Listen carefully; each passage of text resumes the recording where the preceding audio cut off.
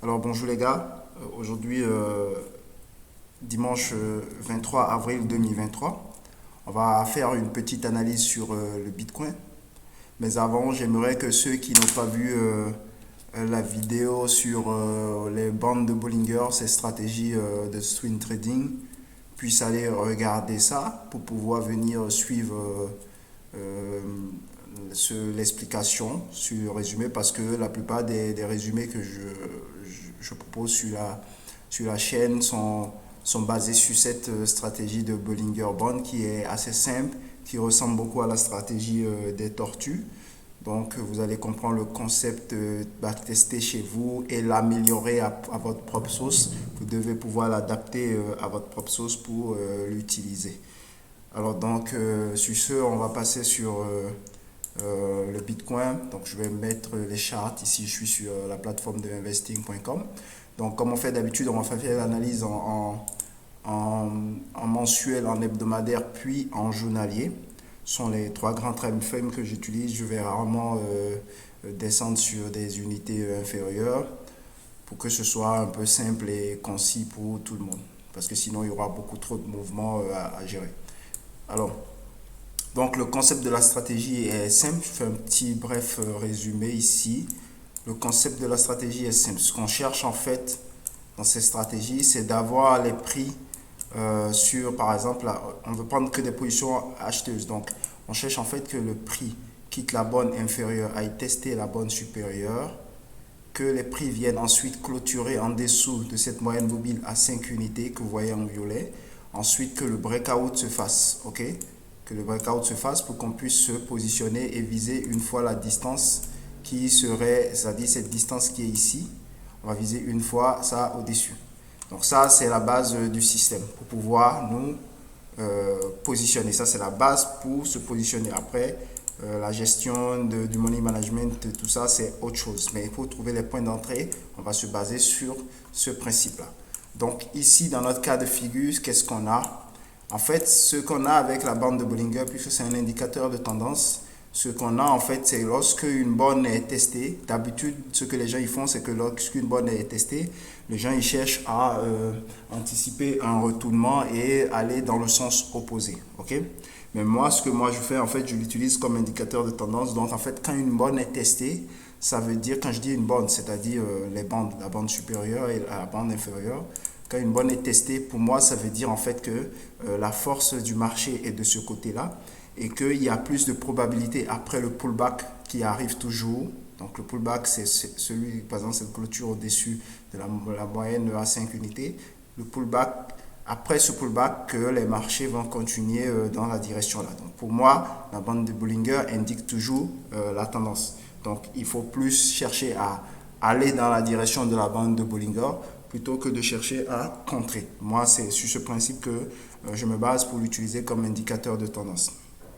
Donc, quand on est en mensuel ici, donc mensuel, quand on est en mensuel ici, ce qu'on a, c'est qu'on a eu la borne inférieure qui a été testée. La borne inférieure testée indique donc que la force de la tendance est à la vente. Mais on sait toujours qu'il y aura toujours un pullback qui viendra juste derrière.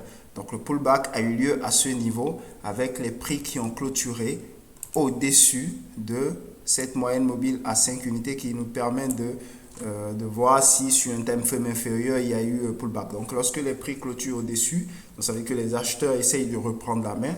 Donc s'ils arrivent à reprendre la main totalement, qu'est-ce qu'on va avoir? On va avoir les prix qui iront tout droit aller tester la borne supérieure pour montrer que la force est maintenant totalement dans la main des acheteurs et que le marché devrait poursuivre dans cette direction acheteuse. Donc, dans ce cas de figure ici, nous savons maintenant que le marché normalement doit poursuivre dans la direction vendeuse. Donc, on attendait forcément le pullback et il faudra se repositionner. Moi, beaucoup de gens se repositionnent quelque part par ici. Ok, mais moi je n'aime pas faire ce genre de choses parce que si on est en range, ça veut dire que tu te positionnes là, il va de l'autre côté. Moi j'aime avoir une certitude sur la continuation de la tendance, donc je vais attendre que les prix viennent faire le breakout ici en dessous, qu'on puisse se positionner et viser une fois toute cette distance-là pour se reproduire. Évidemment que ça ne va pas se produire sur le Bitcoin parce que si vous voyez de 68 000 à 17 000, si on doit refaire une fois cette distance-là, vous voyez où est-ce qu'on va quoi. Donc, moi, naturellement, sur les cryptos et les actions, je ne prends pas de position vendeuse, je ne prends que des positions acheteuses. Donc, forcément, on est en dehors du marché pour ceux qui sont sur le graphique mensuel. Ils doivent attendre patiemment que les prix viennent tester la borne supérieure. Ne vous inquiétez pas, ce n'est pas parce que c'est à 58 000. La borne peut très bien descendre plus vite et venir quelque part dans cette zone pour qu'on puisse la tester en mensuel. Donc toutes ces grosses bougies là que vous voyez là, lorsqu'on va passer parce que ça compte 20 périodes précédentes, donc lorsqu'on va passer à la 21e période ici, ça va descendre beaucoup plus vite. Donc ça, ne vous inquiétez pas pour ça, la borne peut très vite venir attraper les prix. Ça, c'est pas un véritable problème. Donc en mensuel, comme je vous le rappelle, on va plus attendre une continuation de la tendance au niveau baissier ou attendre que la bande supérieure vienne pour que les prix testent afin qu'on commence à prévoir notre scénario à l'achat. Alors, on va descendre alors au graphique hebdomadaire. En hebdomadaire, c'est le graphique qui nous intéresse le plus et c'est ici que j'opère le plus moi aussi pour investir à long terme sur les actions, les cryptos, etc. Donc, c'est avec ce graphique-là que j'ai le plus eu de super résultats sur les marchés. Donc, qu'est-ce qu'on a eu ici? On a eu récemment, comme je vous l'indiquais, d'ailleurs je vous avais montré sur les vidéos précédentes tout le scénario qu'on a eu. Donc, ceux qui me suivent depuis plusieurs semaines, ils ont évidemment compris le concept. Donc, on a eu la borne supérieure qui a été testée. Quand la borne supérieure avait été testée, je vous annonçais qu'on aurait une correction qui va venir en dessous de cette moyenne mobile pour montrer que les vendeurs veulent reprendre la main et qu'ils vont échouer. Et donc, quand ils ont repris la main ici, ils ont échoué bien évidemment. Ensuite, on a eu ce breakout. Donc, on attend forcément qu'on ait une fois cette distance-là qui puisse se reproduire ici. OK? Donc, en attendant ça, mais je vous avais aussi indiqué que le stop loss, il ne faut jamais le placer juste en dessous. Certes, vous le placez en dessous, vous avez peut-être un meilleur risk reward, mais vous avez aussi la possibilité de vous faire sortir beaucoup plus souvent. Donc, moi, je mets toujours mon stop loss une fois totalement en bas, c'est pour ça que je vise une fois cette distance. Ok, je mets mon stop loss totalement en bas.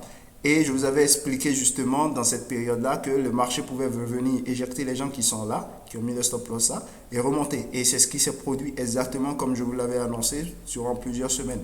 Donc ensuite, le prix est remonté. Donc, il y a eu la continuation. Donc là, ce qu'on espère en fait, c'est qu'on atteigne une fois cette distance. On devait être dans la zone des 33 000. On s'est arrêté pour le moment aux alentours de 31 000. Donc, il reste encore 2 000 balles à ajouter pour atteindre notre premier objectif. Comme ça, on va pouvoir liquider une moitié de notre position afin de pouvoir réduire notre exposition au cas où le marché va totalement se retourner. Nous, on avait déjà une première partie qui va nous permettre de neutraliser en fait le trade complètement. Donc, ce n'est que des principes de gestion d'argent. Comme je vous indique toujours, la stratégie ne sert que pour vous permettre de vous positionner, mais c'est plus au niveau du money management que vous allez pouvoir vous en sortir pour gagner de l'argent. Ok? Donc, sur ce, en weekly, forcément, on attend qu'il y ait continuation de la tendance parce que on a testé la borne supérieure, on a fait le breakout, donc la force est du côté des acheteurs. Donc pour le moment, ce sont les acheteurs qui mènent la danse et puis on doit tout simplement attendre, en fait, espérer que la tendance continue à l'achat. Les vendeurs reprendront la main lorsque la borne inférieure sera testée à nouveau.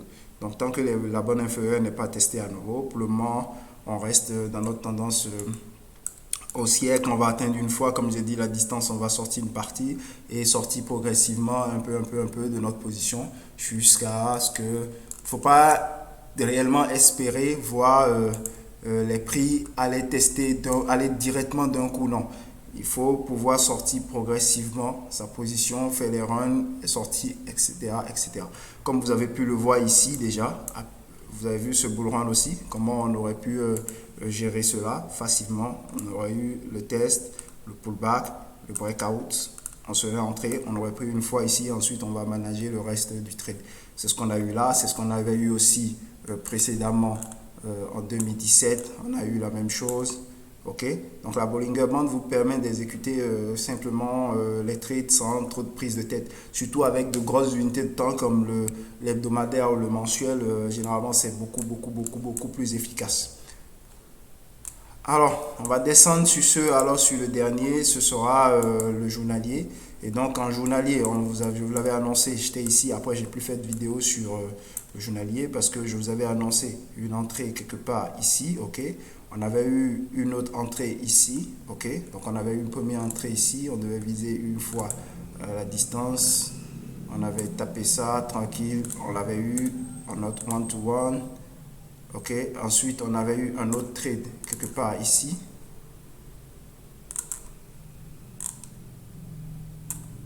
Vous voyez que le modèle il reste le même, mais les événements ne sont pas exactement identiques. Donc il faut faire très attention. Ça veut dire que la stratégie ne vous permet que de pouvoir vous positionner, mais ne vous permet pas ne vous permet pas en fait de jouer réellement sur le money management. Donc c'est le money management après qui va prendre le dessus pour créer la différence.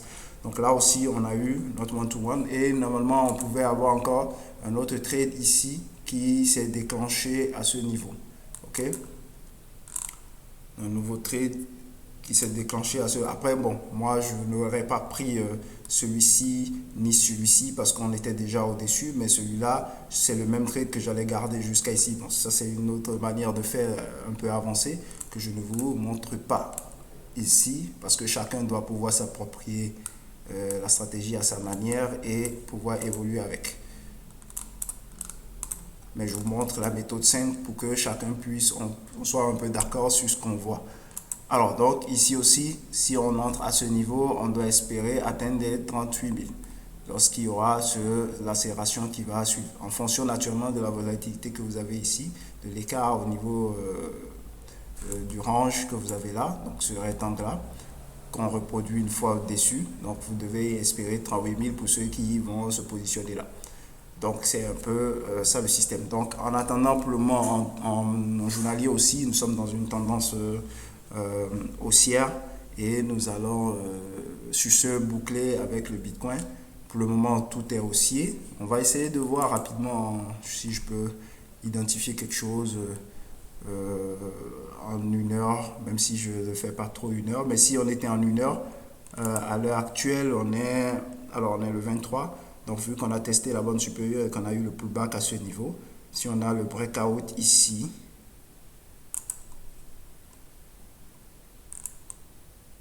on devrait se retrouver aux alentours de 28 595.